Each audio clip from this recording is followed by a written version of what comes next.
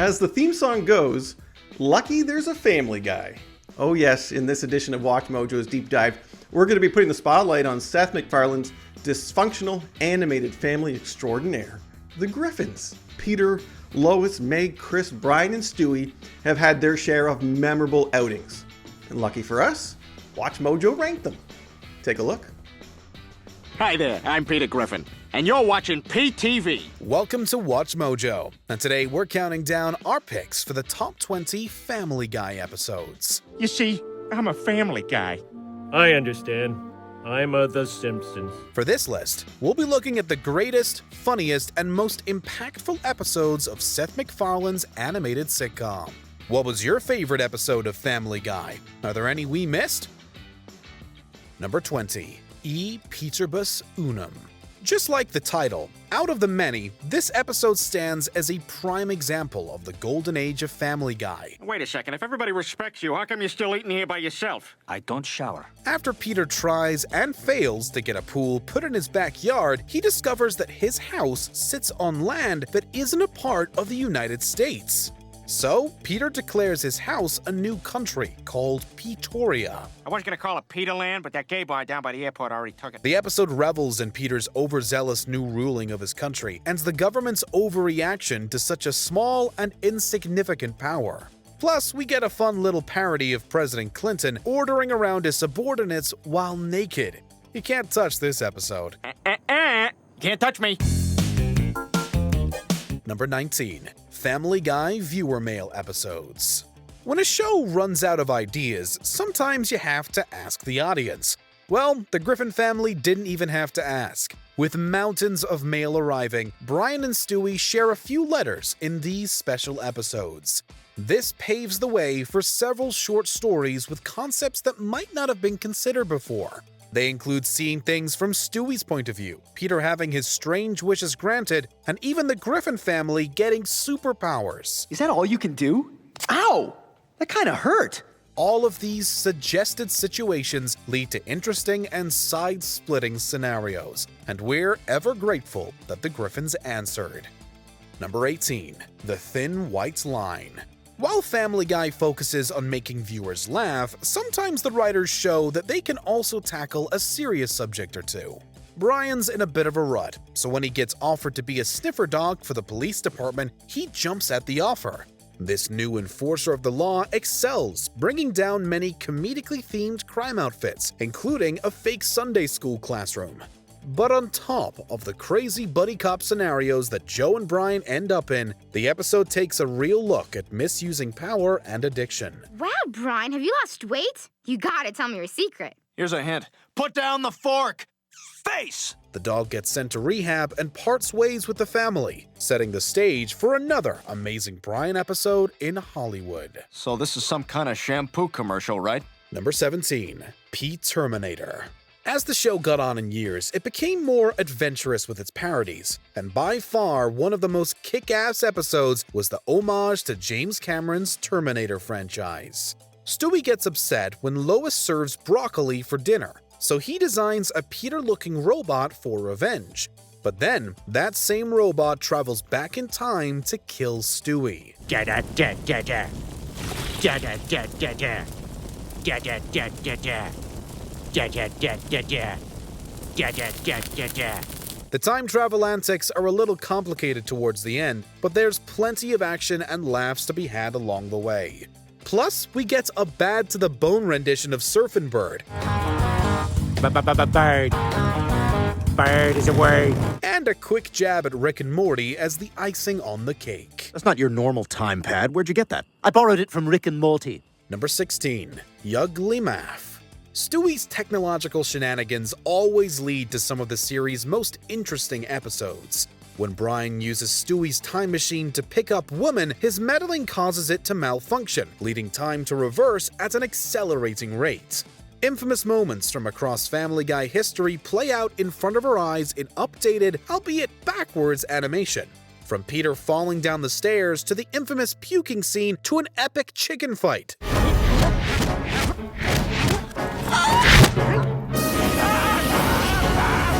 Yes, there are some really gross out moments here, but it lets us relive some classic jokes while also adding a new layer of comedy. Number 15. McStroke. When you hear Family Guy gave Peter a stroke, you can't help but double take. They did what? Peter, sweetheart, how do you feel? Had better days, Lois. After Peter grows a mustache and gets mistaken for a fireman, he loses the stash but is rewarded with infinite burgers. This results in him having a stroke, leaving his left side paralyzed. He then goes around trying to live his normal life to mixed results. There are some great, but also farcical jokes in this episode, including Peter slamming his arm in a car door. Lois? Yeah? Peter's getting in the car. Family Guy is not afraid to tackle sensitive topics, and they hit a home run with this one. Number 14. I Dream of Jesus. Don't you know about this episode? Surely everybody's heard. Heard what? Brian, don't! After Peter's favorite song gets broken, he visits a record store and finds Jesus Christ. Literally. This episode is full of amazing gags, from outrageous miracles to an incredibly accurate Jay Leno impression to the unforgettable shot-for-shot remake of the printer scene from Office Space. This episode never misses a beat, and it shocked a lot of people with its corrupted celebrity portrayal of the Son of God. Hey, you guys mind scooting over a little bit? Ooh, sorry, Peter. Doesn't look like there's any room. What do you mean? Well, there's only one space left, and I promised it to that cow. I Dream of Jesus plays out like a dream indeed. A surreal fever dream. Number 13. Patriot Games. What the hell is this? Oh, hi, Stewie. We were just leaving. I say, what the devil is all the fuss about? I don't get it. What's in there? Bing bong! Hello! Did you think we'd forget this episode? After Peter shows off his barging abilities at a high school reunion, Tom Brady recruits him for the New England Patriots. But his flair for the dramatic starts to get in the way of the game, annoying his teammates. Fortunately, their annoyance is our gain as we get one of the weirdest show tunes in the show's history. Ship-boopy, ship-boopy, ship-boopy. The girl's hard to get. And while all of this is plenty funny, what's even more notable is the subplot. When Brian loses a bet with Stewie, he suffers a number of brutal beatdowns after he fails to pay up. You got till 5 o'clock. You hear me? You got till 5 o'clock. You freaking psychopath! Clean yourself up. If there's one thing to rewatch this episode for, it's that. Number 12. Blue Harvest.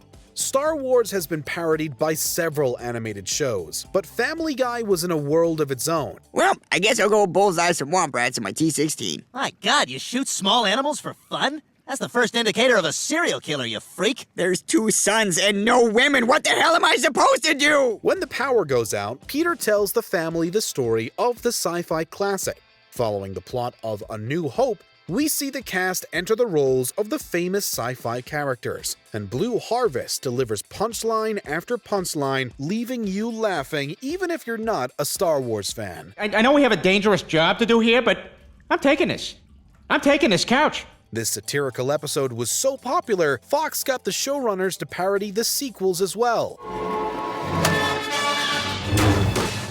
Well, this is no better. It's an amazing homage from a galaxy far, far away that will be with us always. Number 11. Death is a bitch! Death is as iconic a minor character as the rest of Quahog, so whenever he appears, you know it's going to be a good episode. Ew, how did you do that? Oh, well, let's just say when I was younger, I did some films I'm not particularly proud of. Death comes knocking on Peter's door, but sprains his ankle while chasing him. Since Death can't do his job, no one can die, which Peter is sure to blab to the whole world. The Griffin patriarch is then forced to take over Death's job.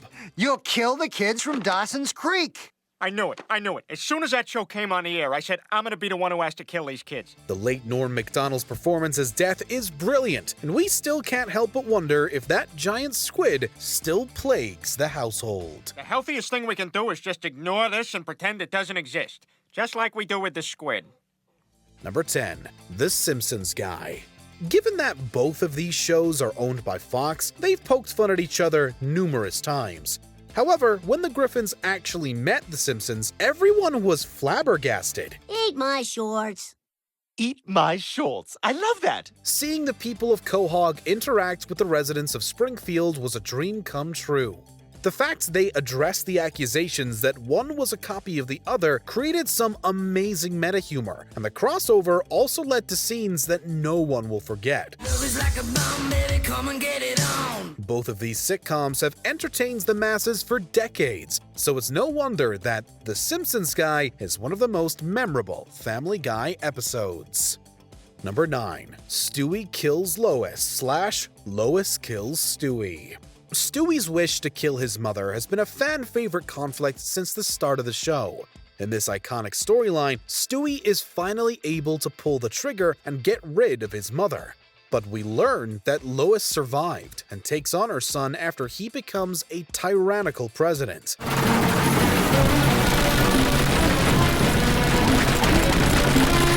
For all the close calls and what-ifs that were thrown around over the years, it was satisfying seeing this battle finally play out.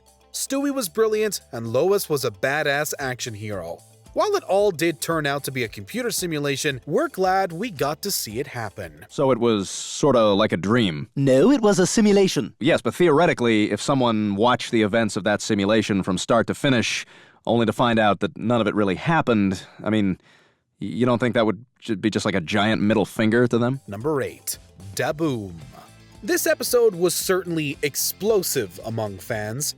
As we entered the 2000s, the Griffins are among the only ones prepared for the Y2K crisis. As the family attempts to survive this post-apocalyptic world, Peter tries to rebuild society.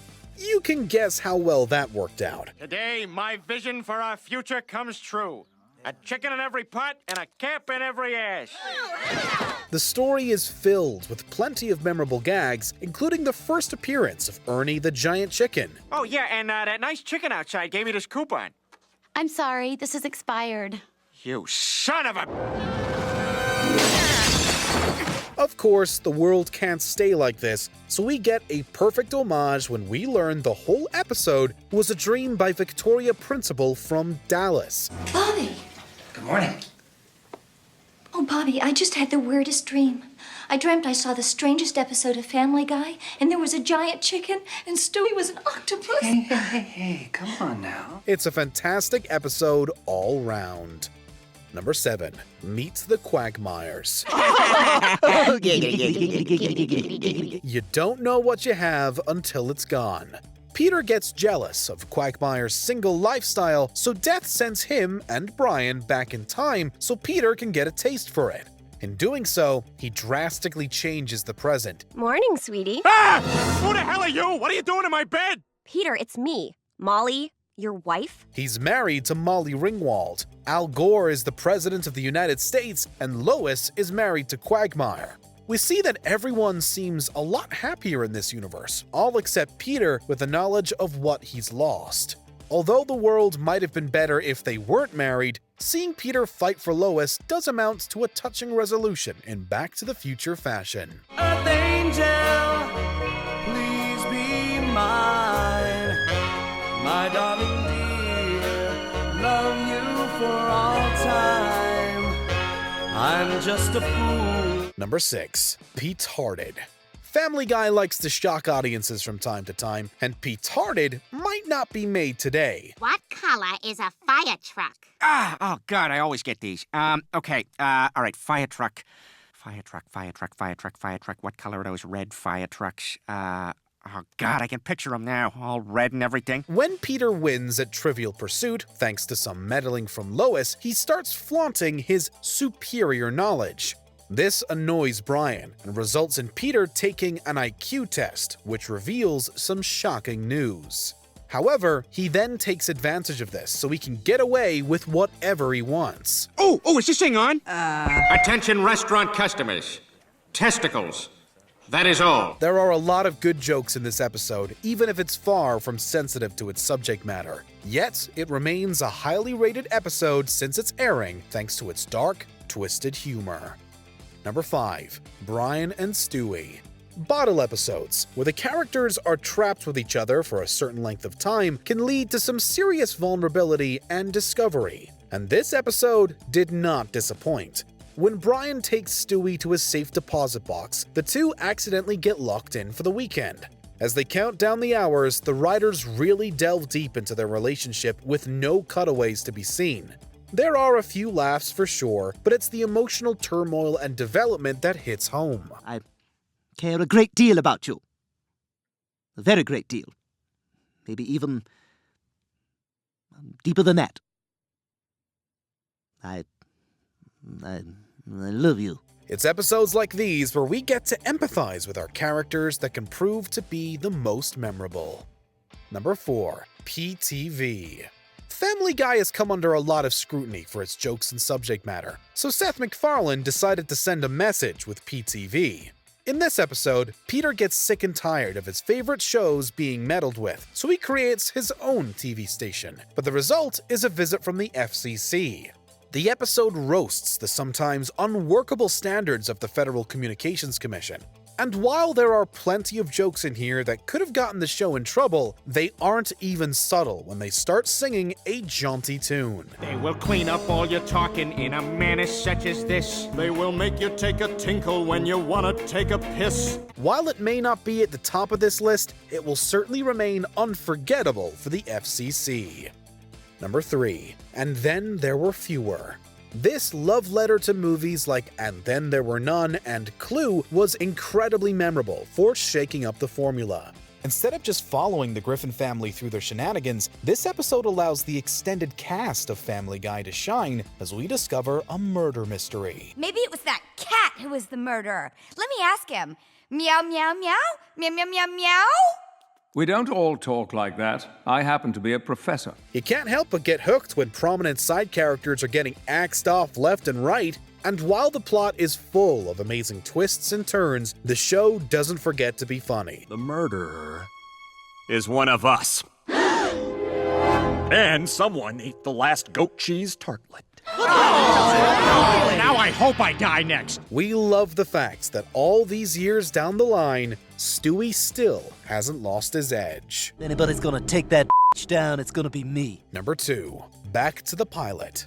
In Season 10, Brian and Stewie went back in time to the very first episode of the iconic sitcom, highlighting the drastic differences between when the show began to where it is now. And the writers take full advantage. Mom, my lips are too thin. Can I please get collagen injections? Meg, you don't need to change the way you look. You know, most of the world's problems stem from poor self-image. Oh my God, what's with Meg's voice? She sounds like someone who's about to give up a huge opportunity. But when Brian succeeds in preventing 9/11, there are unforeseen consequences, including civil war and an apocalyptic future. Their meddling soon reaches the point where countless versions of Stewie and Brian keep going back in time to avert new disasters. Oh my God, what's that? I don't know what happened.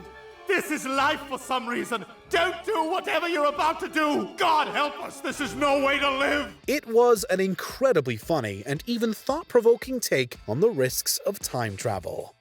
Before we unveil our top pick, here are a few honorable mentions. Life of Brian. A death in the family tore our hearts out. You've given me a wonderful life. I love you all. Death Has a Shadow. The pilot episode showcases the best of what's to come. You know, Mother, life is like a box of chocolates. You never know what you're going to get. Your life, however, is more like a box of active grenades! Emmy-winning episode. The Griffin family go all out in an attempt to win gold. Bazinga, Father. Assuming father is still the appropriate designation. What are you doing? Waiting for the laugh to die down. 3 Kings. 3 Stephen King stories, 3 hilarious parodies. Don't worry, if a train comes, I'll warn you in slow motion.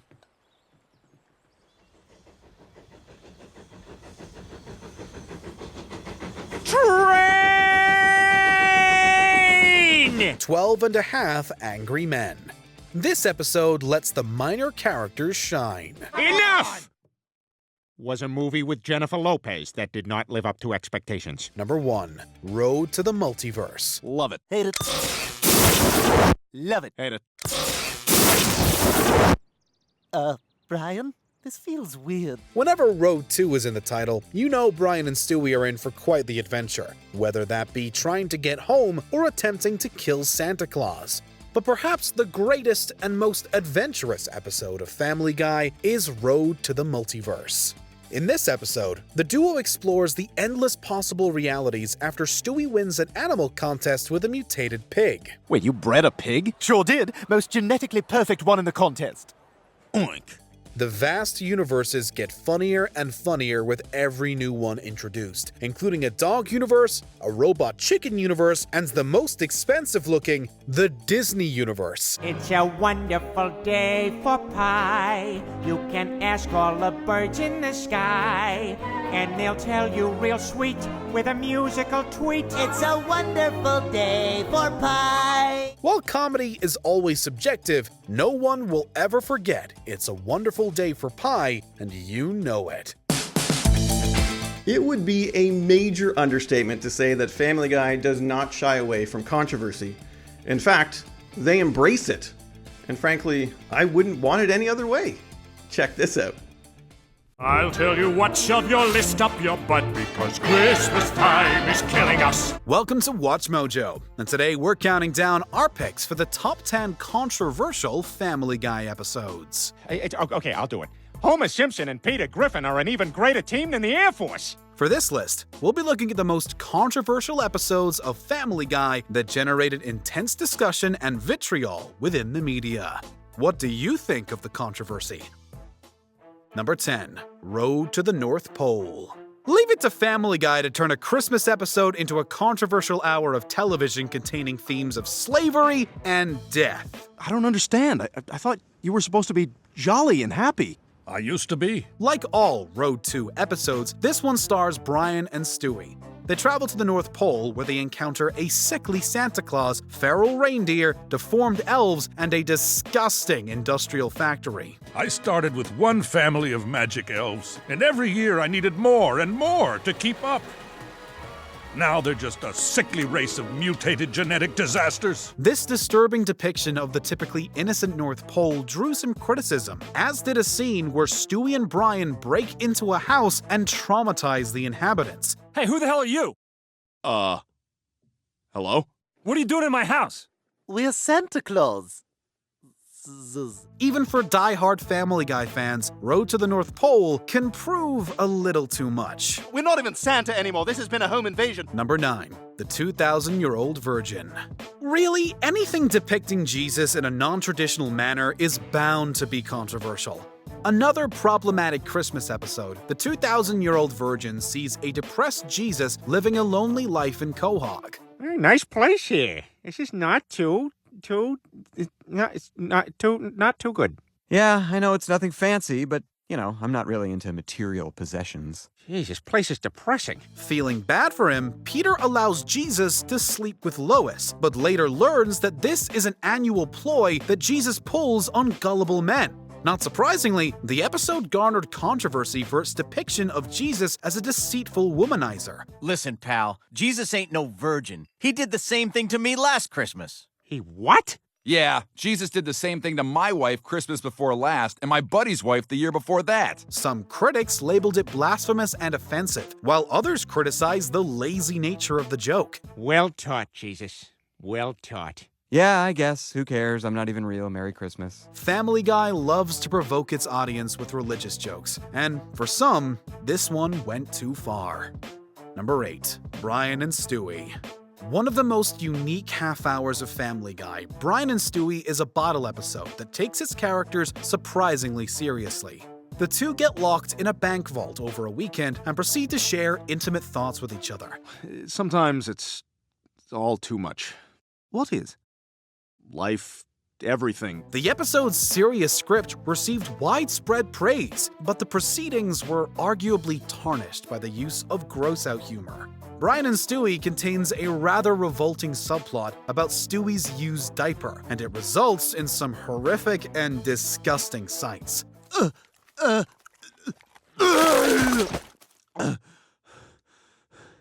It's done. Got some dessert for you. Critics not only complained about the subplot and the resulting visuals, but they also believed it had no business being in an otherwise dramatic episode. It was my own fault for thinking I could have pretty things. I'm not having fun anymore. I feel you should know that. Number 7. A Shot in the Dark. Family Guy loves provoking its audience with intentionally controversial material. I know, sweetie, but then I realized how stupid that is.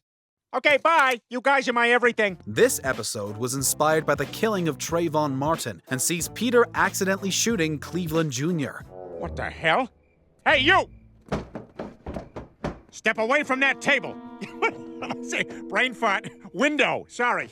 Hold it right there. I'm warning you. Hands where I can see them. The very concept of the episode was controversial, and some believed that Martin's death shouldn't be fodder for a satirical episode of Family Guy. The episode's content was also problematic for television broadcasters, and it was twice delayed from airing due to public displays of violence. This episode deals with a very sensitive topic, and like all sensitive topics, it generated a ton of conflicting opinions, some of which weren't so friendly. And we'd like to see Mr. Griffin held accountable for his actions. Number 6. When You Wish Upon a Weinstein.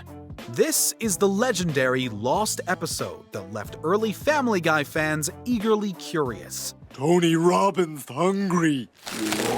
The story sees Peter hiring a Jewish accountant and subsequently converting Chris to Judaism, believing that it makes one successful. I'm gonna make Chris Jewish. What are you talking about? He thinks if Chris is Jewish, he'll become smart. Peter, you can't convert someone because you think it'll help their grades. The episode was originally scheduled for release in 2000, but Fox feared the public's reaction and canceled its airing. Your husband's got a good heart, Lois, but his views on Judaism are a little misguided. I'd consider it a mitzvah to educate him a little. They were concerned that the episode would be misconstrued as anti-Semitic. As a result, it didn't see the light of day until the Volume 2 DVD in September 2003. Fox's fears somewhat came to light as they were sued by the Bourne Company over the use of I Need a Jew, who claimed the lyrics were offensive and stolen from When You Wish Upon a Star. I need a Jew. The suit was subsequently dismissed. Number 5. The Simpsons Guy. It was the episode we were all waiting for, a crossover between Family Guy and The Simpsons. The results were divisive, to say the least.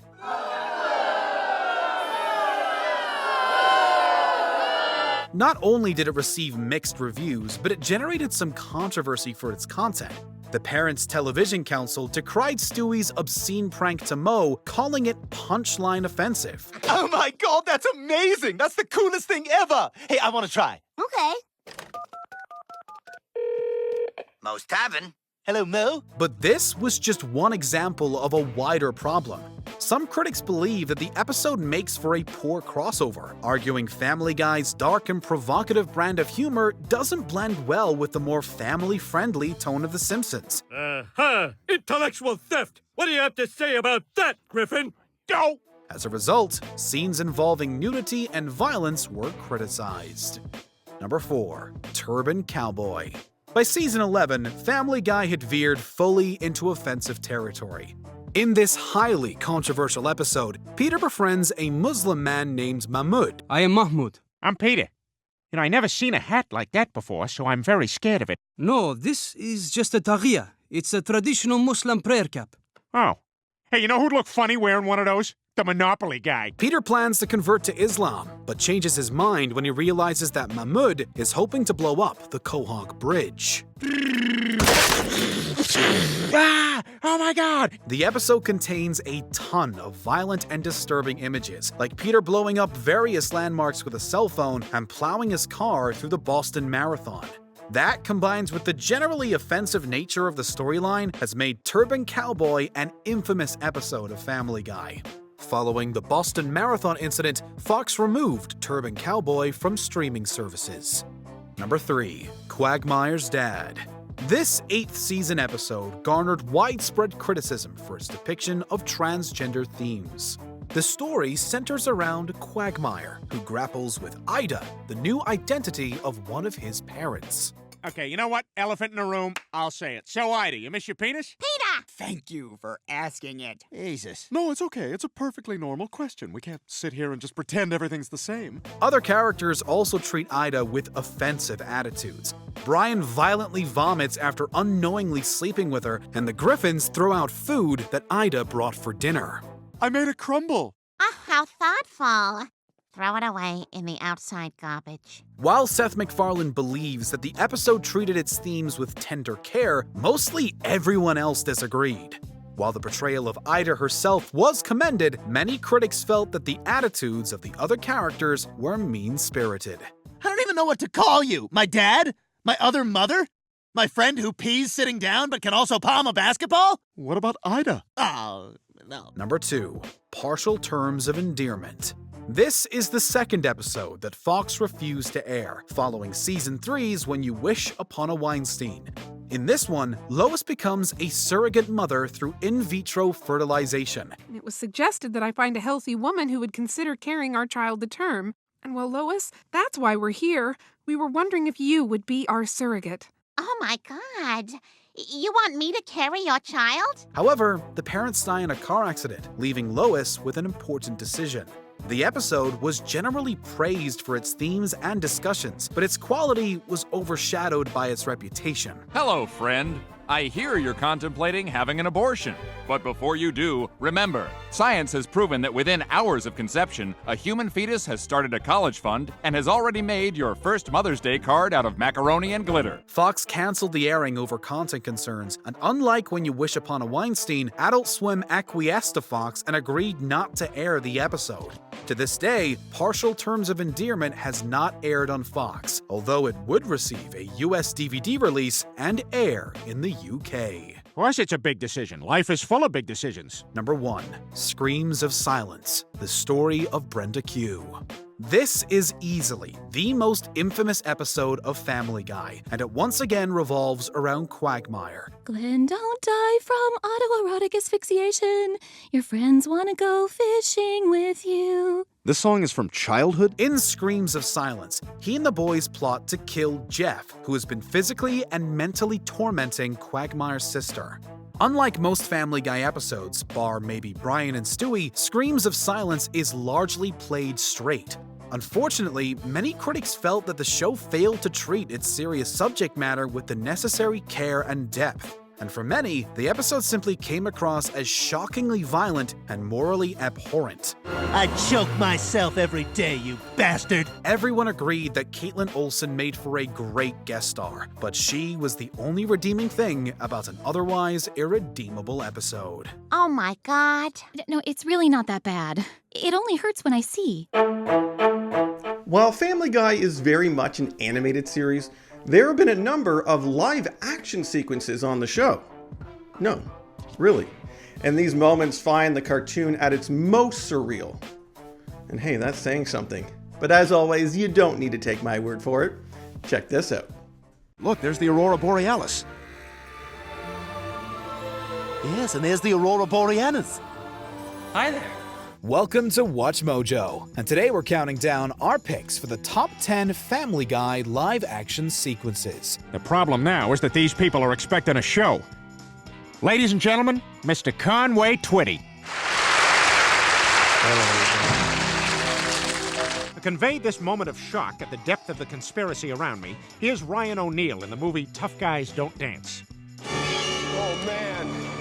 Oh, God. Oh, man. Pretty cool, huh? It's broken. For this list, we'll be looking at the best segments from the show that aren't animated. We'll look at cutaways, guest appearances, and scenes that drove the plot of the episode.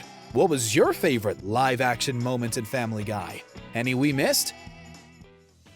Number 10. An enraged Tony Sirico. Shortly after Brian tragically expired, Tony Sirico, best known for his role as Paulie in The Sopranos, took over as the family dog when he played Vinny. Well, Vinny, welcome to our home.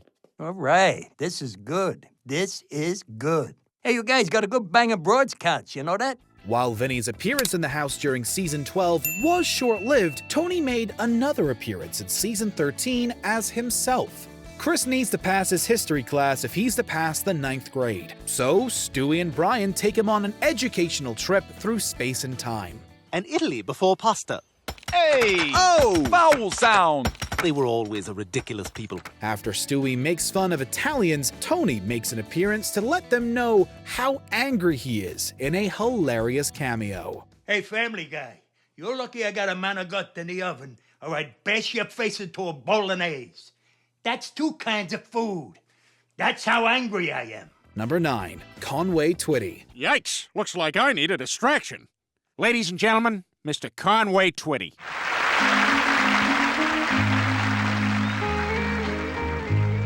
Whenever the citizens of Quahog need a distraction, they just need to introduce this American country musician to buy themselves at least a couple of minutes of airtime.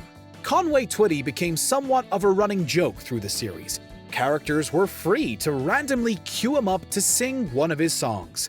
Ladies and gentlemen, Mr. Conway Bieber.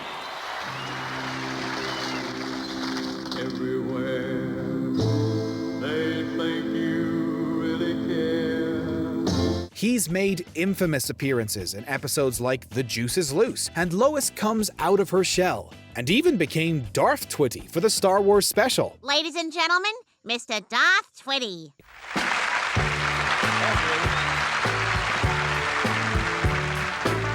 The piece might have initially been funny to audiences due to how surreal his inclusion was, but the gag was used so frequently that even the show began to acknowledge the joke was getting old.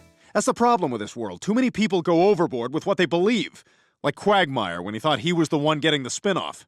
See you later, bitches. Have fun with your stupid goddamn giant chicken jokes and your Conway Twitty. Hey, why is there a moving truck outside Cleveland's house? Number 8. A mature casting joke.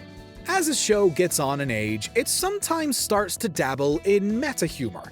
This was exactly the premise for Season 16's Emmy-winning episode. Family Guy has been around since 1999, and whenever it's time for the Emmys, they don't give us one. I'm sick of it. Well, I'm not making another episode with The Simpsons. What did that get us? I'll tell you what it got us. More ink for The Simpsons. During the episode, the family pulls all the stops to try and win at least one television award. They even include a live-action chicken fight. Ladies and gentlemen, please enjoy this spectacular live-action chicken fight starring Ty Burrell. Good night.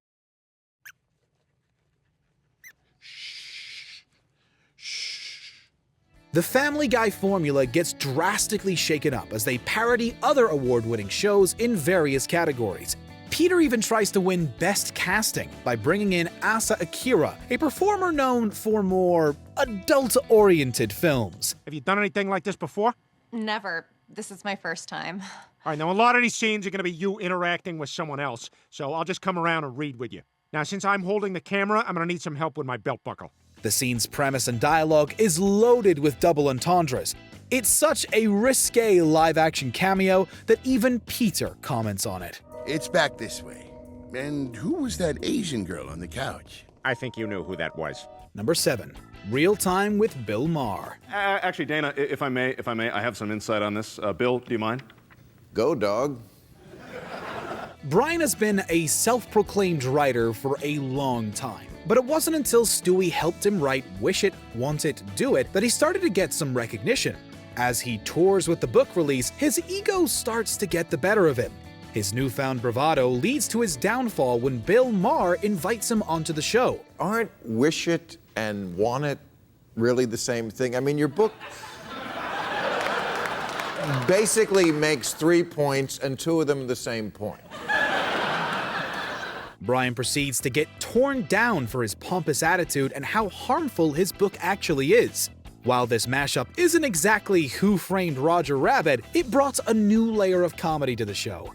It's hilarious to see Brian's world come crashing down once Bill gives it to him straight. I mean, if you're going to take a dump on people, the kind of steaming, stinking, smelly dump that your kind traffics in,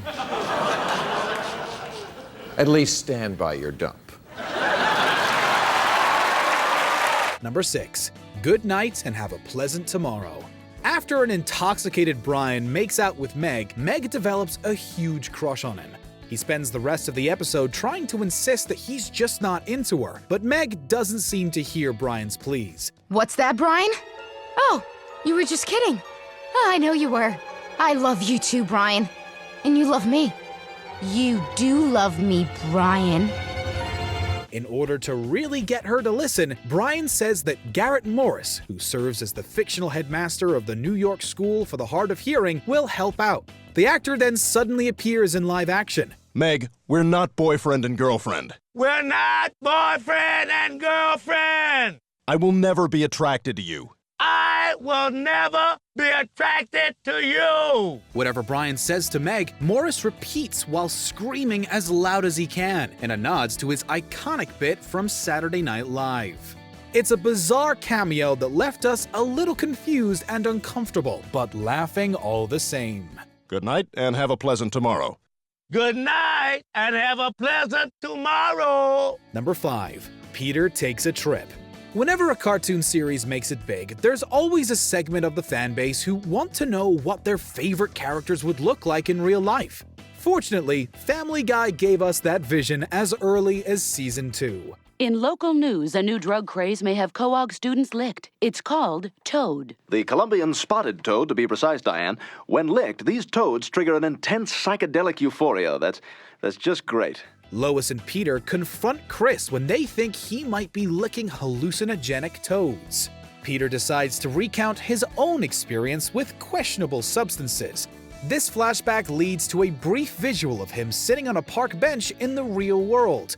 Holy crap, I am freaking out! Whether you find the actor wearing a costume to look like Peter hilarious or uncomfortable, it's definitely a Family Guy moment you won't forget. Now, Chris, we told you that was just a very bad dream. But I remember it, so it was a dream! Number 4. I just had the weirdest dream.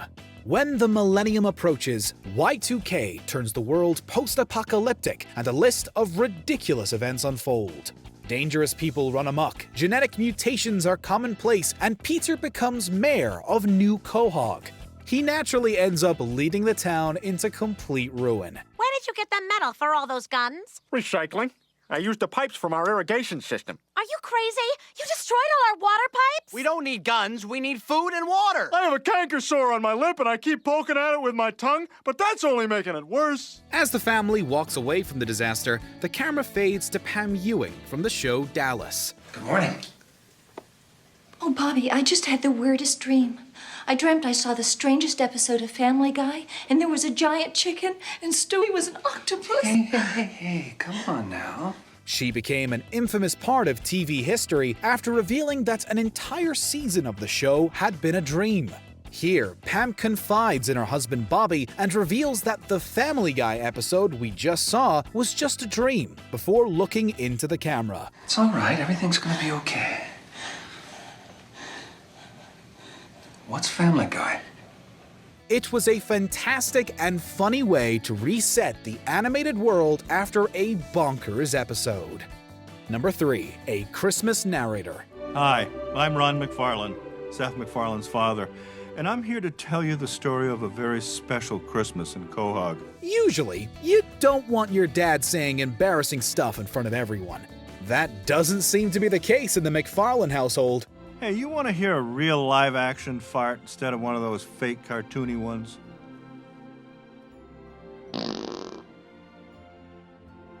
We're gonna need another pair of pants and another chair.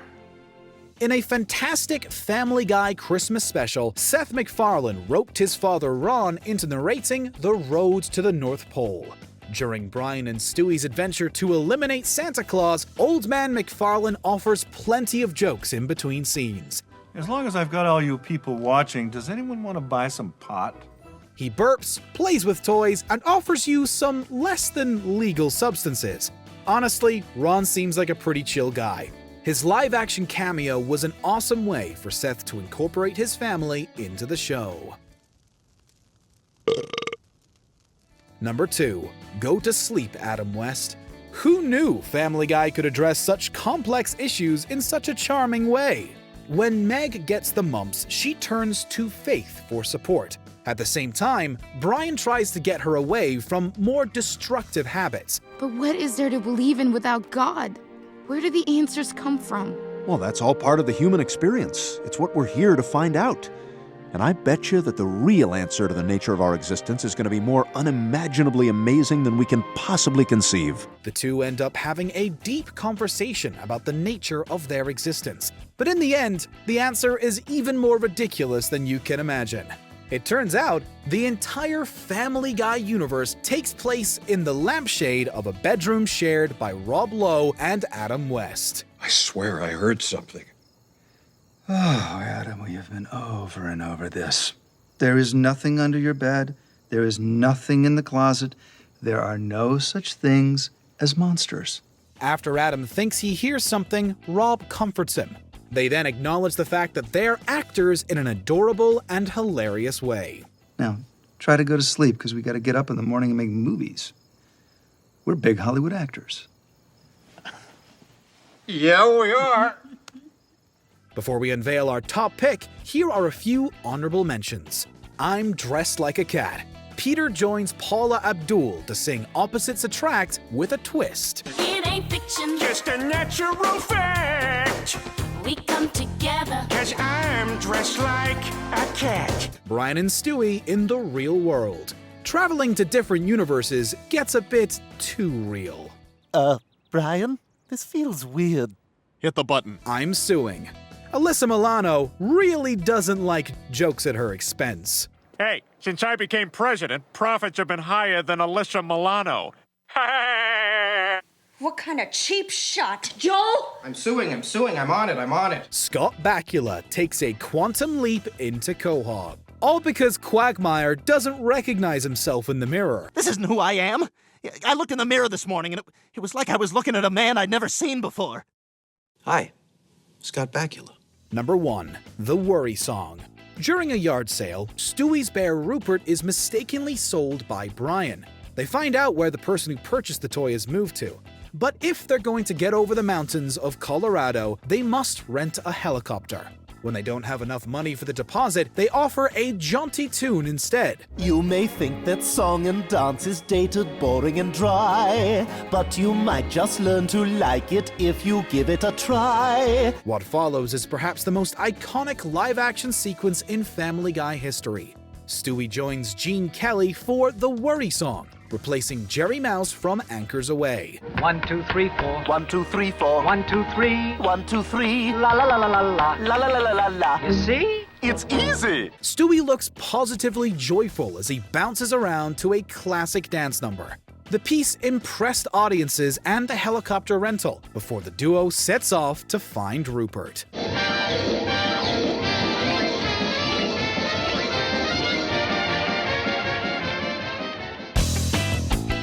Okay, when it comes to Family Guy, a certain word gets tossed around quite a bit. Cringy. Yes, this is a show that doubles down on the cringe factor more times than not. But what's the cringiest cringy cringe that Family Guy has offered up? Well, Watch Mojo's got the answer. Take a look. Let me ask you, are you leaking? Because I've been leaking. How old are you? Welcome to Watch Mojo. And today we're counting down our picks for the top 10 cringiest Family Guy moments.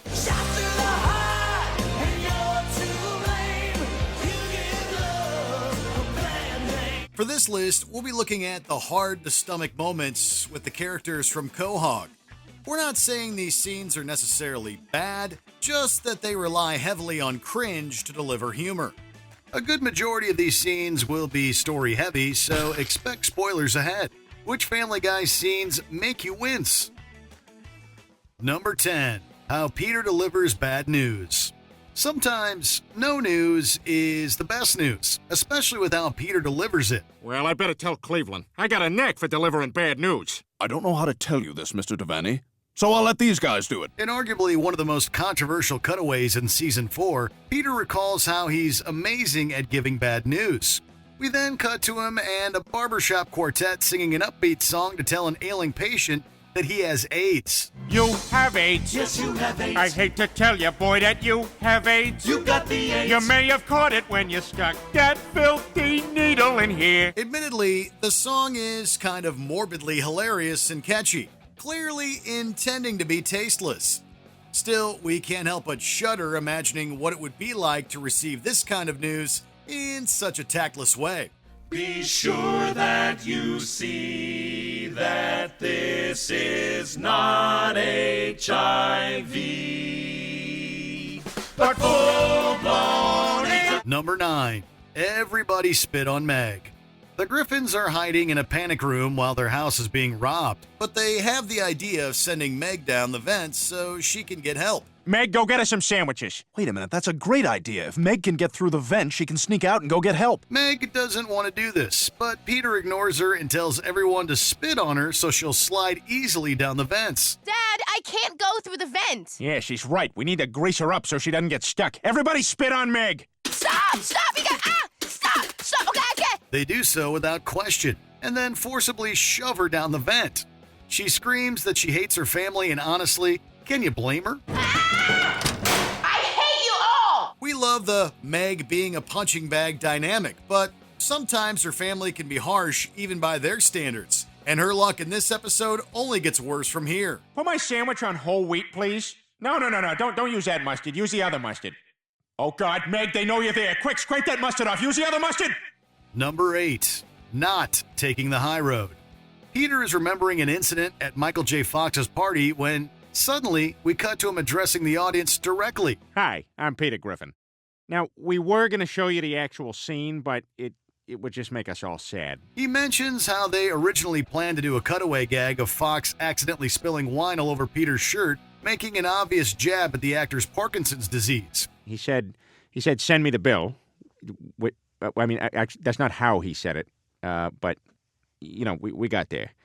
Anyway, I sent him the bill, and he sent me this check, but I don't think I'm going to be able to cash this. They had decided not to go through with the showing of the sketch, and then proceeded to show it anyway, completely undoing Peter's speech about taking the high road. We honestly don't expect better class from Family Guy at this point, but even we were kind of shocked when they went through with this one. I'm glad we took the high road on this one. What's that? Oh, wait, now they're telling me they do want to show it. I really like the finish on this Shiraz.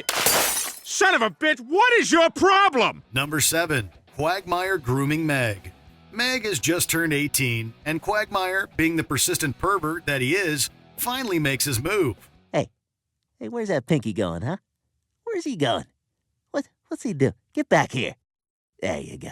He flirts with her, makes her feel special, and does everything he can to get her in the mood for sex. You'd think watching him try to groom his best friend's daughter would be disgusting enough, right? Let's not forget that Quagmire is actually 61 years old, so watching him flirt and get cozy with an 18-year-old is even creepier. You're 61 years old? Yes, sir. The only saving grace of this whole nightmare is watching Peter and Lois show that they genuinely care about Meg's safety, which is a nice change from the usual Meg the Martyr status quo. I tell you something, if he touches my daughter, I'm going to be kicking butts and taking names, and then giving those names to other people whose butts I kick. Number 6. Brian's crappy favor. While the bottle episode Brian and Stewie is praised for expanding on our favorite dynamic duo's relationship, there's still one infamous scene that's agonizing to sit through. Did you just crap your diaper? I got scared when the door closed. When Stewie soils himself, he asks Brian to clean his diaper by licking it. I'm not going to be able to stay like this until tomorrow, you know. Well, I don't know what you expect me to do about it. You don't? Reluctantly, Brian agrees to do so. And it's just too nasty to watch, even if we don't actually see it. With no music or cutaways, the scene drags on tirelessly, followed by Brian eating Stewie's vomit and, in the extended version, cleaning Stewie's bottom the same way. Suffice it to say, the scene leaves a horrible taste in both Brian's and our mouths. Got some dessert for you. You gotta be kidding me. Come on, it's throw up. You like throw up. I do like throw up. Number 5. Quagmire meets The Simpsons. The scene starts off with a fake banner advertising The Simpsons. Then Quagmire comes in trying to get intimate with Marge. Non-consensually, we might add. She ends up falling for him and they go back to her place. Oh, I gotta say, that was fantastic. What do you say we go back to your place for round 2? Sounds good to me. Feel like cringing yet? Oh, just wait. Homer then catches them in bed and Quagmire shoots him. Hey, what's going on here? Ah! Get off my wife! Oh my god! Oh my god! He then shoots the rest of the family. Marge, Bart, Lisa, and yes, even little Maggie. All shot dead. Luckily, we only see the outside of the Simpsons' house, so we don't see the actual murders. Oh no! Who will pay for my saxophone lessons? But even without seeing it, it's hard to stomach any of it. This being something the show really couldn't get away with today. Number 4, Brenda's relationship. Quagmire's sister Brenda has an extremely violent boyfriend named Jeff, and he's just the worst. All right, on the way back, I get to pick the radio station because that was awful. I know, yeah, it was. I'm sorry. Oh God, I hope Glenn's okay.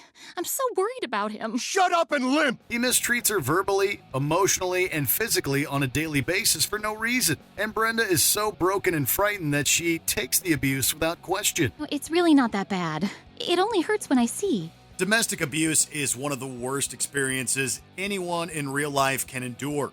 While highlighting the issue could have audiences confront it themselves and open a helpful discourse, Family Guy's portrayal of it isn't exactly tactful. Though the conflict ultimately gets resolved, we can't say we want to revisit this episode anytime soon. So what? I need money for motor oil and wallet chains. Okay, I'll ask about it Monday. Can I put my nightgown back on? No, I'm not done drawing. Number 3, Pregnant Stewie. Do we really need to spell out why this one is so cringy? This isn't fun for me. Just read the title out loud, and that's all you need to know. In a twisted attempt to grow closer to Brian, Stewie impregnates himself with the dog's DNA and gets to experience all the ups and downs of motherhood. Oh, and while I'm pregnant, I'm going to need you to change the cat litter. We don't have a cat. Please don't fight me on this. Oh, my back is killing me.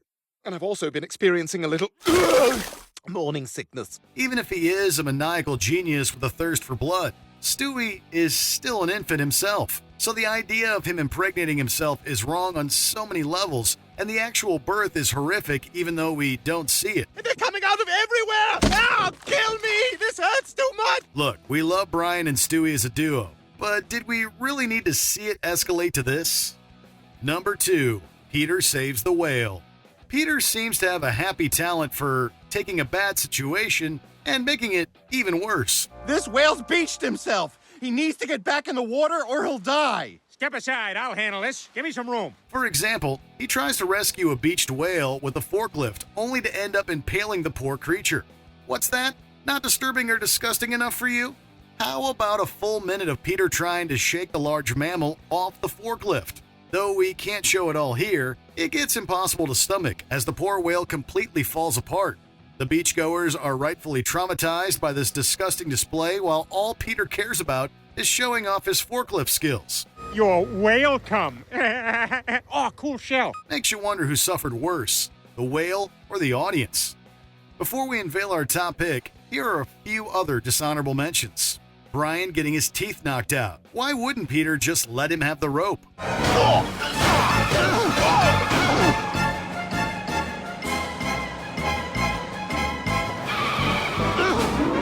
I Need a Jew. Peter and stereotyping do not mix. Since I can't give her a slap, I need a Jew.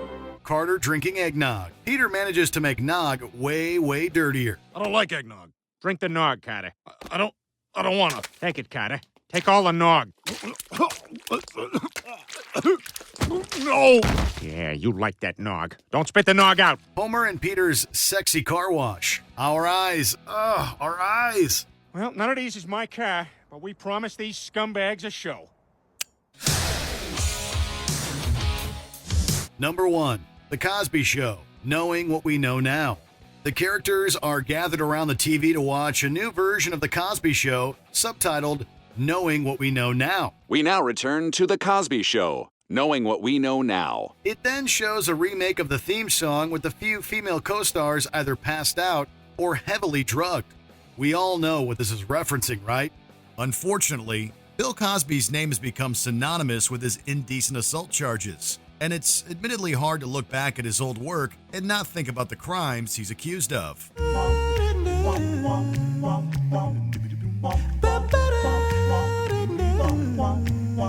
Though he's certainly ripe for ridicule, this segment makes us almost feel bad about laughing at its incredibly dark humor. I can't get enough of Family Guy parodies. They're so great. And some of my favorite spoofs that they do on the show, they come courtesy of these faux commercials.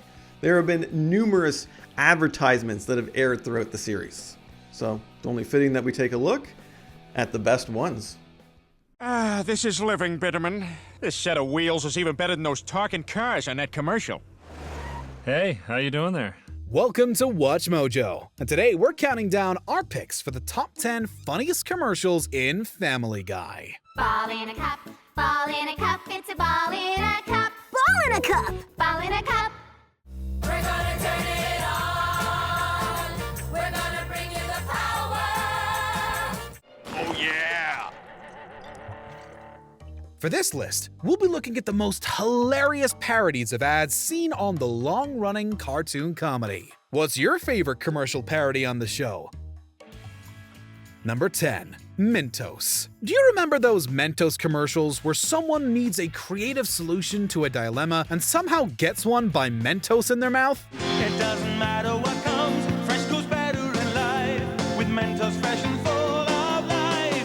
Family Guy did their own version in their first season, in a way only they can. Outside of Ford's theater, John Wilkes Booth struggles to get a shot at Abraham Lincoln. He then has an epiphany, takes a Mentos, and heads inside. When he gets to the balcony, he shoots through Lincoln's hat, prompting the president to turn around and give him an "Oh, you" gesture. Mentos fresh and sweet, Mentos fresh in your life. Mentos, the fresh maker. This nonsensical scenario reminds us of how much old Mentos ads didn't really make any sense. It was the perfect ad for Family Guy to take to the extreme in their own way. These commercials are stupid. They certainly don't make me want a Minto. Totally ineffective. Must kill Lincoln. Number 9. Fingernailsforcash.com. For some reason, almost everyone is familiar with the local Cash for Gold dealer due to some low-quality commercials with obnoxious jingles. I'm the cash man. I'll give you money for your gold, oh yeah. Family Guy's version featured a man singing along to a piano riff asking to send in your fingernails for cash. Everyone has fingernails and everyone wants cash. So send us all your fingernails and we'll send you some cash. Although we'd love to know why they went with this bizarre idea, we can't say it isn't hilarious. Especially the part where a man reveals his intention to build a fort out of fingernails. Just take the cash and don't ask why we want your fingernails, 'cause we might be building a fort with them. Fingernailsforcash.com. You get the cash, we get to build a fort with your fingernails. It's a grossly humorous bit that reminds us of the show's take on the Tooth Fairy, who collects teeth for personal pleasure.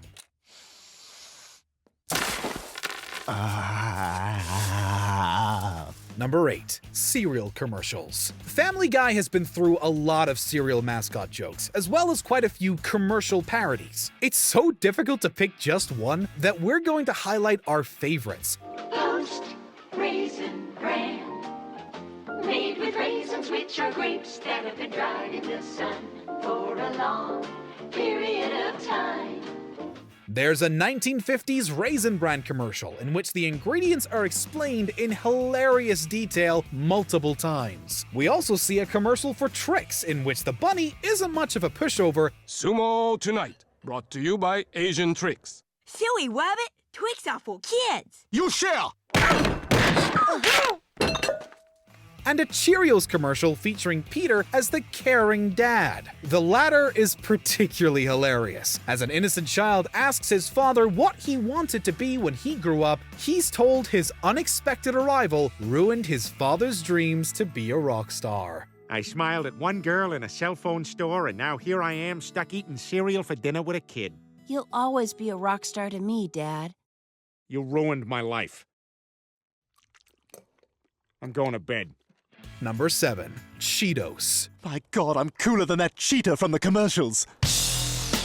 Chester Cheetah has been around for roughly 4 decades, and there's just no way to think of Cheetos without seeing the orange big cat with sunglasses. I'm a cool daddy-o, rocking on the patio. When before my very eyes, I see cheese materialize.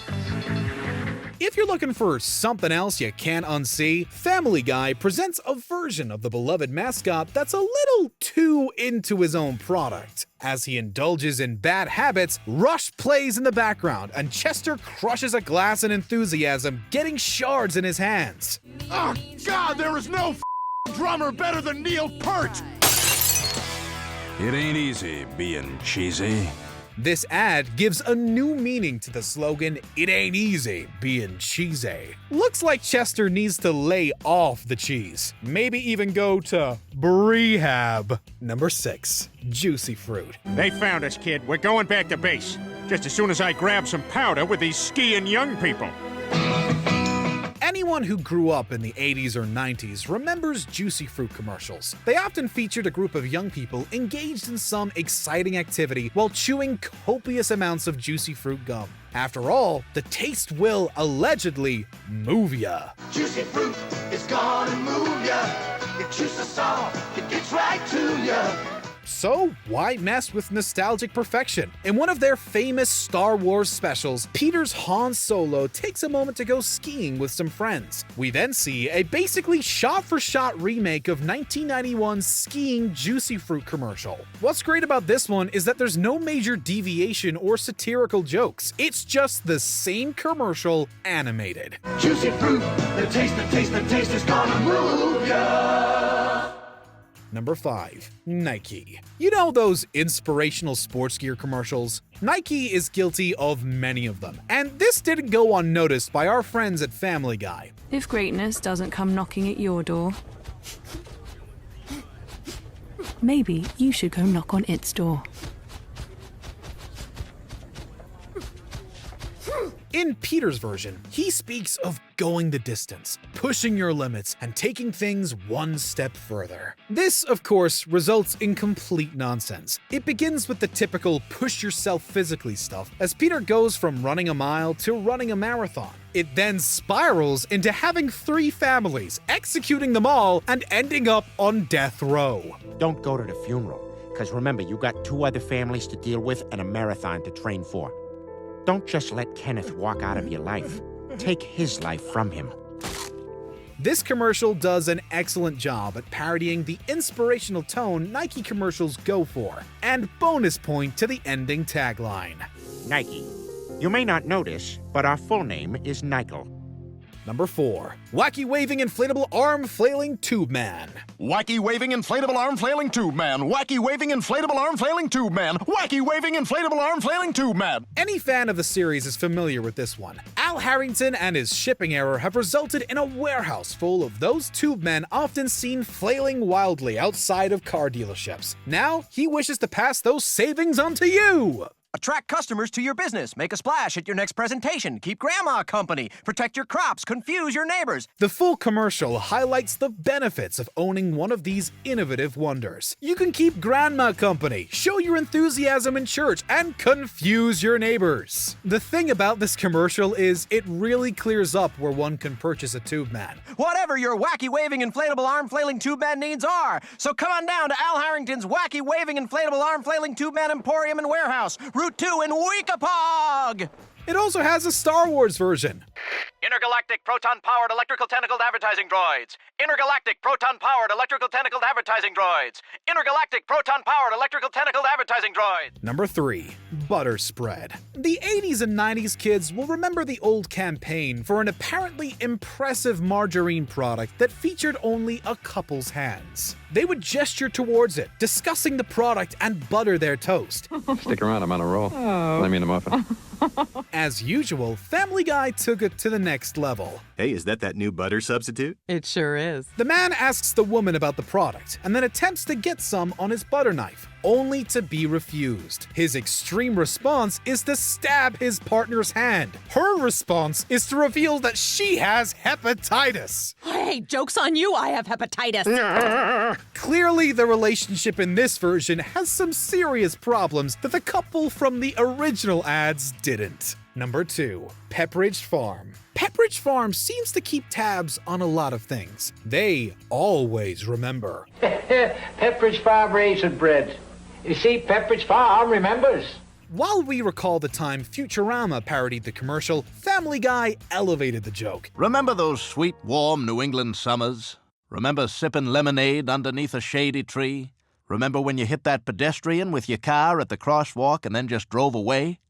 Pepperidge Farm remembers. Peter Griffin's program made the company sound a little threatening. Family Guy's Pepperidge Farm guy even remembers the time you hit a pedestrian with your car and just drove off. Buying some of their famous Milano cookies might just make the problem go away. Maybe you go out and buy yourself some of these distinctive Milano cookies. Maybe this whole thing just disappears. The blackmail version of the commercial is hilarious. Imagine the old guy on his wagon coming by your place and eyeing you suspiciously. Before we unveil our top pick, here are a few honorable mentions. Pillsbury Doughboy. Our beloved doughy friend gets rolled.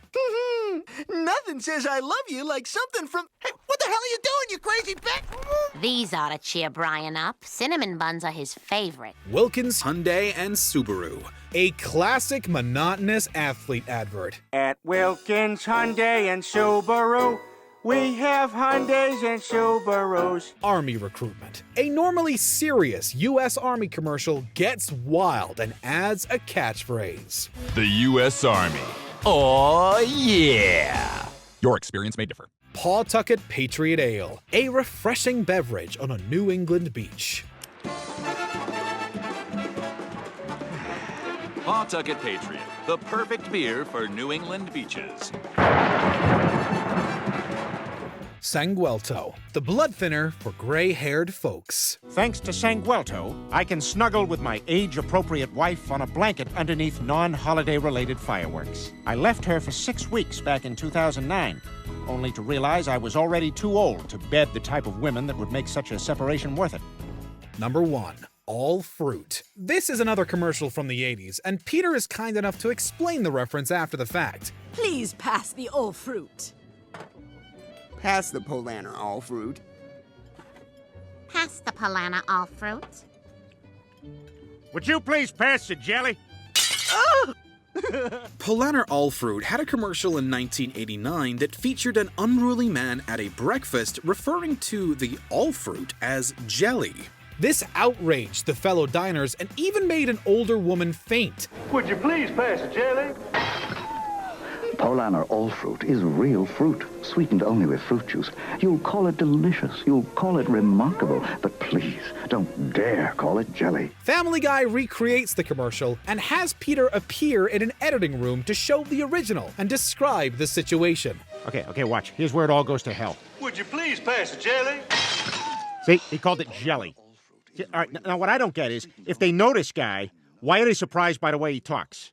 Right? And if they don't know him, why is he at the table? This is then followed by another parody of the ad, as now that we are enlightened, we will better understand the joke. I'll have the aspic. I too will have the aspic. Could you please pass the beef jelly? Oh! Huh? See? Now aren't you glad we did all that work earlier? Thanks, Peter. For all the over-the-top silliness and, let's face it, pretty random comedy that Family Guy has thrown our way over the years, they still managed to tackle some fairly serious issues. Yeah, who knew? Well, watch Mojo. Take a look. I don't believe in God. What? Brian? How can you say that? Welcome to Watch Mojo, and today we're counting down our picks for the top 10 times Family Guy tackled serious issues. I mean, certainly the love between a man and a woman should be sacred, but... Who's talking about love? We're talking about marriage. Well, don't you love Mom? Come on, Lois, look at her. Oh, God, what have I done? I knew smoking was bad, but I still sold my soul. You can't just buy a bar mitzvah. It requires a lot of study. Can we skip that part? For this list, we'll be looking at episodes where Family Guy took on a sensitive topic or a controversial issue. What serious issue tackled by Family Guy stood out to you? Number 10. Chris dates a girl with Down syndrome. In this episode, Chris has a crush on Ellen, a girl who has Down syndrome, and he works up the courage to ask her out after a harrowing experience in the woods. Well, I really like you. And I was wondering if maybe, you want to go out on a date with me. You want me to be your girlfriend? Shucks, I guess that's what I'm driving at. However, things don't work out when the two go on a date, as Chris finds her to be too difficult. Hey, what the hell you think you're doing? Sitting down? Get up and pull my chair out for me. Oh, goodness, I'm sorry. I'm so sorry.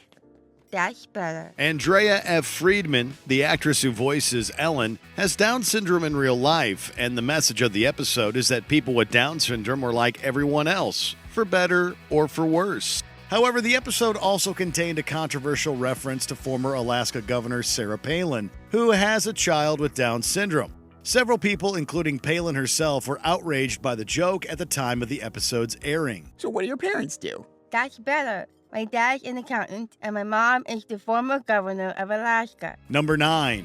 Lois has a shoplifting problem. Well, I'm a little short. I'll have to put the ham back.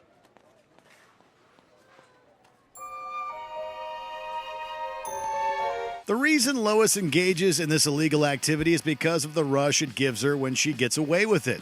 She ends up going to prison when she's eventually caught, and her family's life ends up being complicated when they break her out and have to go on the lam with her. I think I got an idea of how to smuggle you out. Bye-bye. Take care now.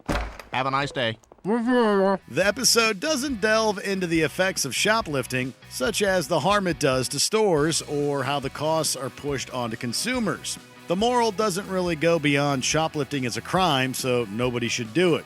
Hopefully you already knew that. I made my own bed with this one, guys. I'm just gonna have to pay my debt to society. Number 8. Brian admits to being an atheist. Ugh, Mom, you sound like a non-believer. Brian, you're a thoughtful person. Are you willing to open yourself up to God's truth? Oh, you're barking up the wrong tree, Meg. I'm an atheist. Considering himself a dog of great intellect, Brian has found no need to belong to any particular religion. When Meg asks Brian to lead the Griffin family in prayer, he comes out to the family as an atheist. I don't believe in God. What? Brian? How can you say that? Upon discovering this revelation, the whole town of Quahog treats Brian like he's an outcast. In American society, atheists don't get the warmest reception, and this episode playfully exaggerates the unpopularity of atheism. Family Guy creator Seth MacFarlane, who also does the voice of Brian, is a vocal atheist and a critic of religion. But what is there to believe in without God? Where do the answers come from? Well, that's all part of the human experience. It's what we're here to find out.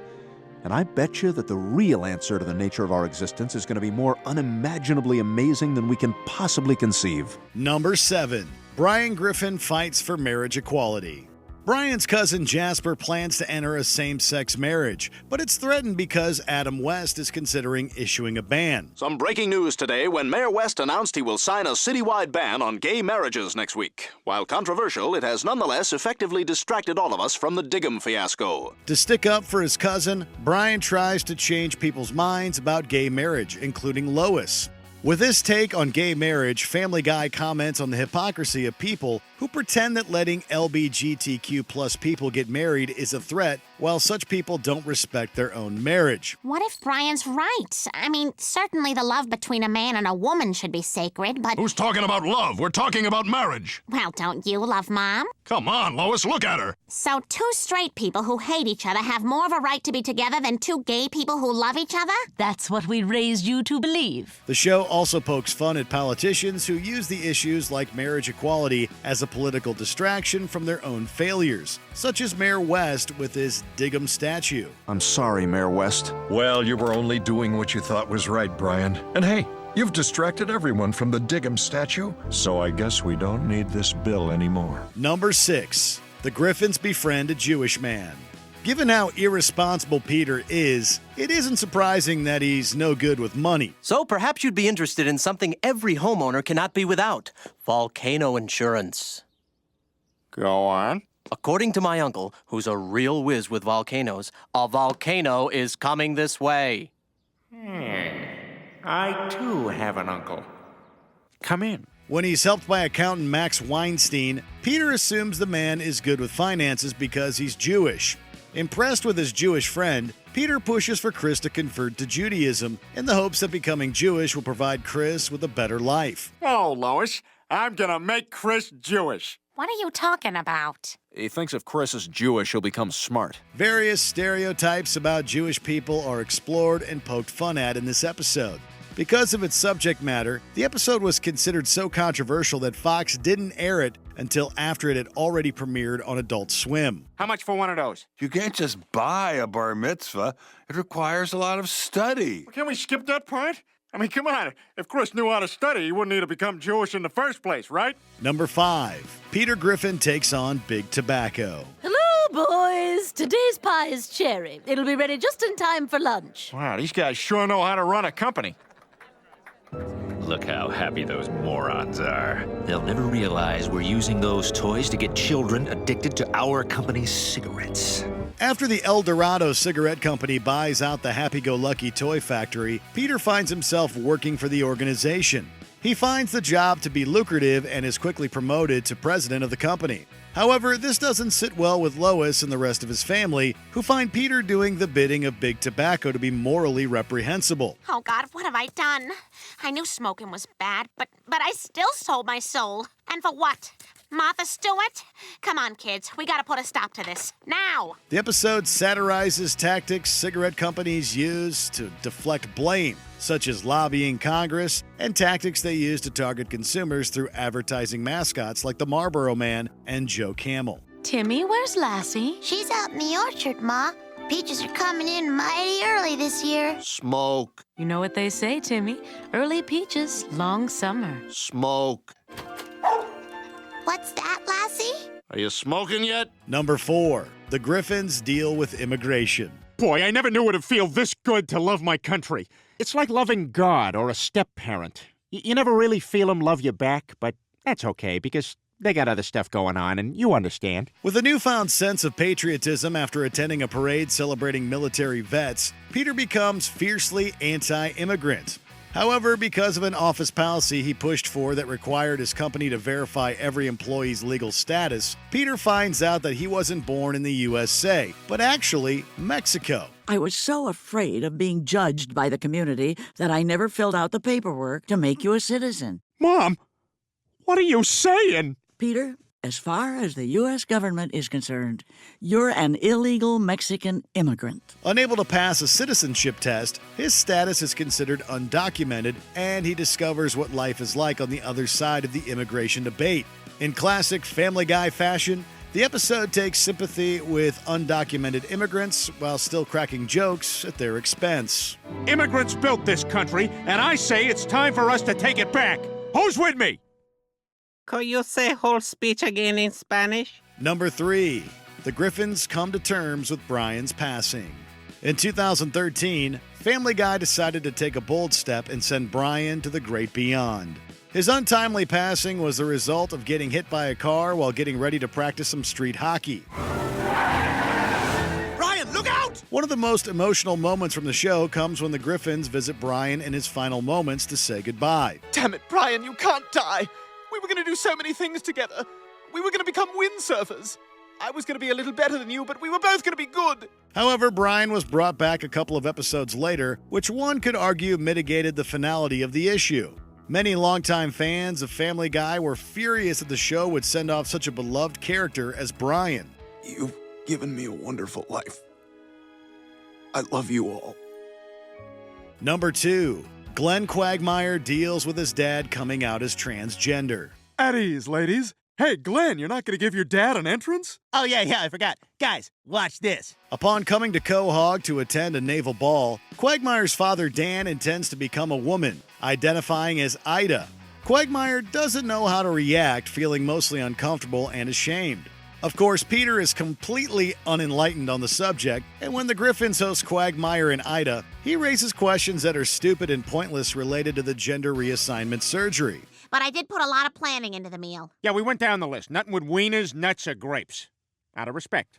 After the episode aired, several LGBTQ+ groups, including GLAAD, raised objections, finding the episode transphobic. And it isn't hard to see why with the jokes made at trans people's expense, including a subplot where Brian is horrified to discover Ida is trans after having hooked up with her. Oh, man, what do we call him now? We still call him Dan? No, and I'm not crazy about the name change. What is it, like Danielle or Dana? No, Ida. Number 1. Peter and Lois Griffin debate matters of life and choice. You needn't look any further than the title of the episode to see the amount of sensitivity Family Guy was going to give this subject. To help out a friend, Lois becomes a surrogate mother, but due to a tragedy, Lois has to choose whether or not to continue her pregnancy. However, Peter becomes opposed to terminating it, and the issue becomes contentious. Peter, what the hell are you doing? Have you lost your mind? Don't you worry, unborn fetus child. I am here to save you and protect you. I have seen the light. The episode has one scene where the Griffin family debates the ethics of terminating a pregnancy. And as to be expected, Peter's opinions don't contribute anything to the conversation. What if carrying the baby to term would endanger the mother's life? I don't know what 7 of those words were. What if you look at the ultrasound and see that the baby's gonna be born with no arms and no legs? You name it, Matt. This episode is so controversial for the handling of its subject that it has never aired on Fox. But you know what? It's one more person to share the world with. Another little voice in the back seat of the car. One more Griffin to love and to love us in return. We had the abortion. Okay, it's time to end things with a bang. Actually, make that a punch. Because Watch Mojo's got the most brutally hilarious Family Guy fights for you. Now, warning, these aren't for chickens. Actually, some of them are. Well, you'll see. I'm saying the Simpsons suck. Why, you...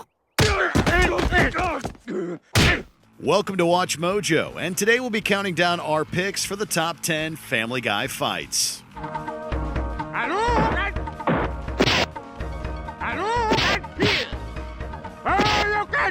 I don't like to be touched. Only one of us is gonna walk out of here alive. For this list, we'll be going over the best fight scenes from the long-running animated sitcom Family Guy. Number 10, Stewie beats up Brian. While Brian and Stewie usually get on famously, they do have their falling outs from time to time. One of the most extreme examples happens when Brian places a bet on celebrity boxing with Stewie. Hell, give me $50 on Tyson. He loses and owes Stewie $50. Have the money by tomorrow and there won't be any problems. Huh? Yeah, 24 hours. When Brian fails to deliver the cash, Stewie beats the absolute living daylights out of Brian. Yeah, that's what happens, man. Oh my God! Yeah, that's what happens. The baby uses fire, fists, firearms, and more to deliver the pain. Honestly, this may not be so much a fight as a one-sided beatdown, but it's still incredibly memorable. And to be fair, Brian does eventually get his revenge. When's the beating gonna come, Brian? Just tell me when it's gonna come. Just do something, anything. Look, I'll do it. I'll do it first. Number 9. Peter versus Liam Neeson. Like a lot of intoxicated idiots, Peter thinks he can do anything, including beating up movie star Liam Neeson. When the two meet, the actor agrees to the bout. Go ahead. Take your best shot. Oh, no, Mr. Neeson, you heard wrong. There's nobody who respects you more than I do. But Peter chickens out.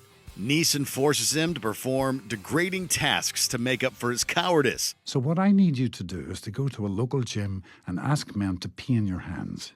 I don't see the connection there. After his friends find out and he gets pushed too far, Peter gains the courage to fight the actor.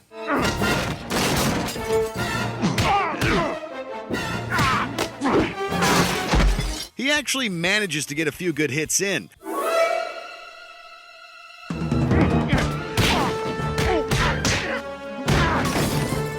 But Neeson inevitably and absolutely destroys Peter in a quick and brutal manner.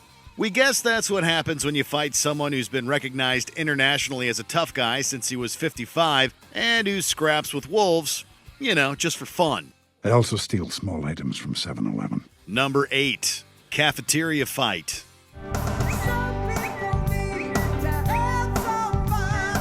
After Brian makes an insensitive joke on Twitter, the rest of the Griffin family becomes some of the most hated people in the town. It was just a joke. There's no such thing as jokes anymore. Yeah, we live in a post-joke world. This eventually leads to Chris and Meg having more difficulties at school than usual. When a guy knocks off Chris's hat, the middle Griffin child retaliates with a lunch tray.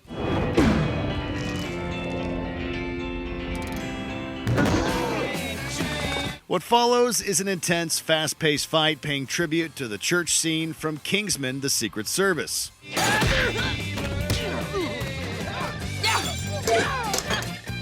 Chris and Meg straight up demolish many of their classmates in a variety of gruesome ways with fantastic and fluid choreography.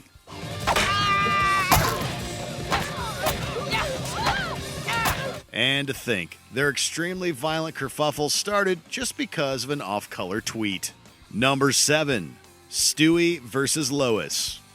The animosity Stewie has towards Lois is a major running gag throughout Family Guy, particularly in the early seasons. What are you doing? I'll teach that hussy to go on a boat ride without me. While the hatred is usually one-sided, the conflict gets decidedly double-sided when the baby apparently takes out his mom. What are you doing with a gun? Something I should have done a very long time ago. However, Lois comes back with a vengeance after Stewie takes over the world and becomes president. Lois! Stewie, your reign of terror has come to an end. The Mad Mom bursts into the Oval Office with grenades and guns, lots of guns. Although the weapons mostly miss their targets, the action is still engaging.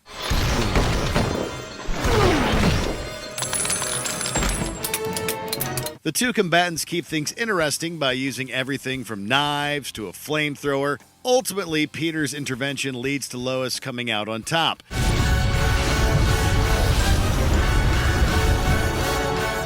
But their battle was all a simulation. Despite being non-canon, the fight still delivered on seasons worth of build-up. Number 6. Stewie and Bertram's final battle. Stewie has several intense battles with his half-brother and nemesis Bertram, but our pick goes to their final one.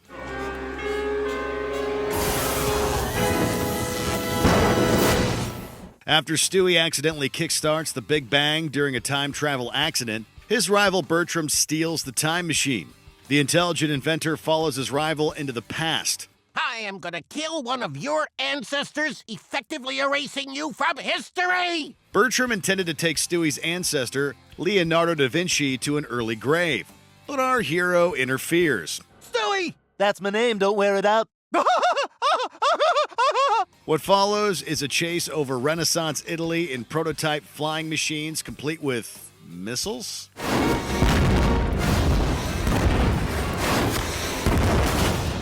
Let's not question this, it's awesome.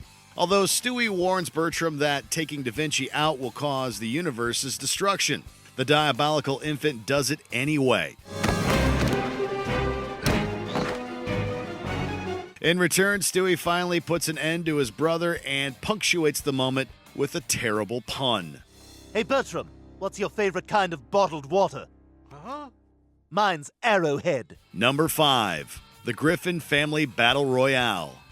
After learning to use her inner anger for martial arts and getting into fights, friction develops between Lois and Peter. Don't you use that tone of voice, you... What were you gonna say? Fat ass? Although their bout starts off as a verbal altercation, it soon turns physical.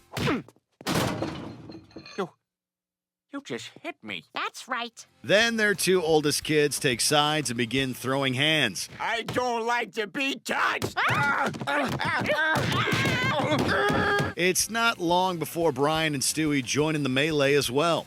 The whole family just goes to town, demolishing their house in their desperate attempt to beat each other down.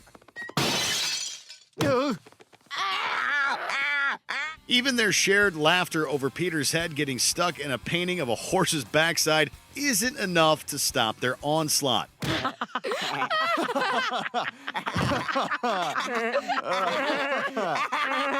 Ultimately, they put the blame on TV. Maybe the family should stick to watching YouTube instead. Number 4. Peter versus Shelley Booth Bishop. After stealing a parrot, Peter naturally makes the logical choice to become a pirate. Aha! there's me wench. Peter, what the hell are you doing? But rather than plunder the oceans, he and his sea dogs cause havoc on the land. Peter eventually sees a British man named Shelley Booth Bishop sitting in their car. You'll never take my cargo! When the newly minted pirate tries to attack this innocent man, a hilarious car version of a pirate naval battle ensues.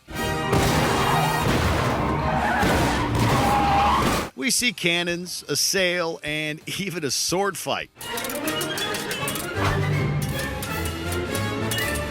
The music, Peter and his crew's constant jolly laughter, and the general air of swashbuckling fun are all fantastic.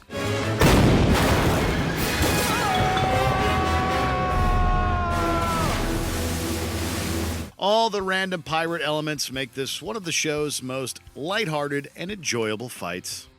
Number 3, Peter versus Donald Trump. Oh boy, are you looking for a Family Guy fight that can't be seen as controversial or offensive? Well, you won't get it with this entry. It's an honor to meet you, Mr. President. This is amazing. After Peter starts working for Donald Trump, the cartoon president assaults Meg. This leads to an argument between the men. If I screwed up so bad, how come I'm a billionaire? Billionaire? Please, you're worth $700 million on the high side. After Peter questions Trump's net worth, a prolonged fight scene ensues.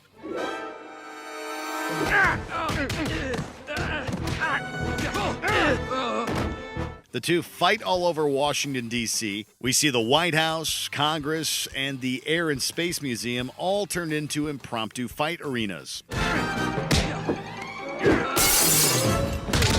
Both combatants fight dirty, and there are a ton of great sight gags throughout their clash. As a hilarious button on their battle, they're both saved from certain doom by Canadian Prime Minister Justin Trudeau. Hey, call me if you ever need help moving. Trudeau, away! Number 2, Peter Griffin versus Homer Simpson. This inevitable clash between two animation icons was endlessly entertaining. Wow, you work at a nuclear power plant? What's that? I don't know. Although they initially get along famously, Homer Simpson and Peter Griffin conclude their cartoon collaboration with violence. The duo throws down in an extended fight sequence that takes them all over Springfield. Hey, knock it off! There's a kid back there! I'm in danger! They encounter familiar Simpsons characters, as well as iconic landmarks. Their fight even sees them gain nuclear superpowers and get launched into an alien spaceship. Bye, thanks for having me. The numerous gags referencing both shows, as well as the intense action throughout, make it a great fight. And while Comic Book Guy may have his own opinion of the fight, worst chicken fight ever. It's still worthy enough for our number 2 spot. Before we get to our top pick, here are a few honorable mentions. The Griffins versus an offensive robot. Politically correct? No. Weirdly awesome? Yes.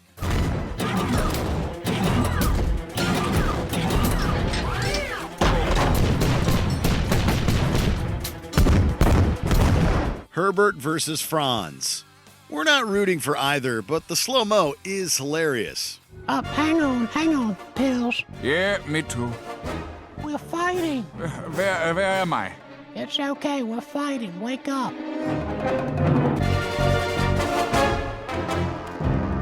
Joe versus Peter, Quagmire, and Cleveland.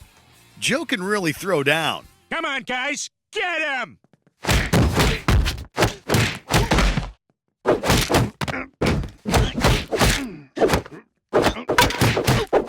Peter versus Mr. Washy Washy.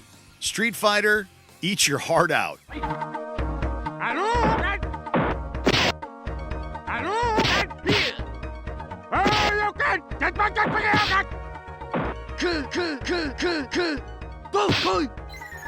Number 1, every chicken fight.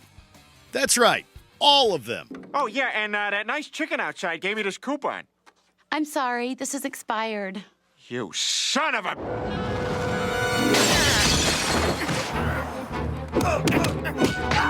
We honestly couldn't choose just one brawl between Peter and Ernie the Giant Chicken.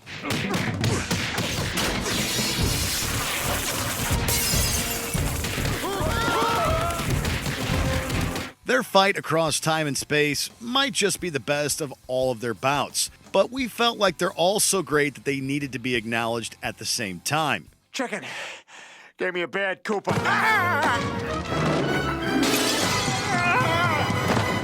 Clashes between Peter and Ernie usually start over some trivial issue before ballooning into epic confrontations that move from location to location.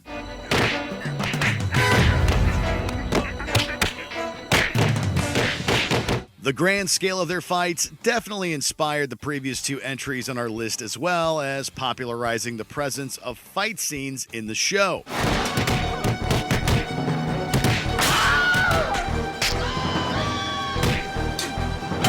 Full of outstanding moves, great visuals, and plenty of jokes, the chicken fights are the best bouts you'll find on Family Guy. I hope I didn't hurt you. No. I'm all right. I'm all right. Well, that's going to do it for this very special deep dive into the Quahog inhabited Griffin clan. Hope you enjoyed this special look back at Family Guy as much as I did. I've been Matt from Watch Mojo, and I'll see you next time.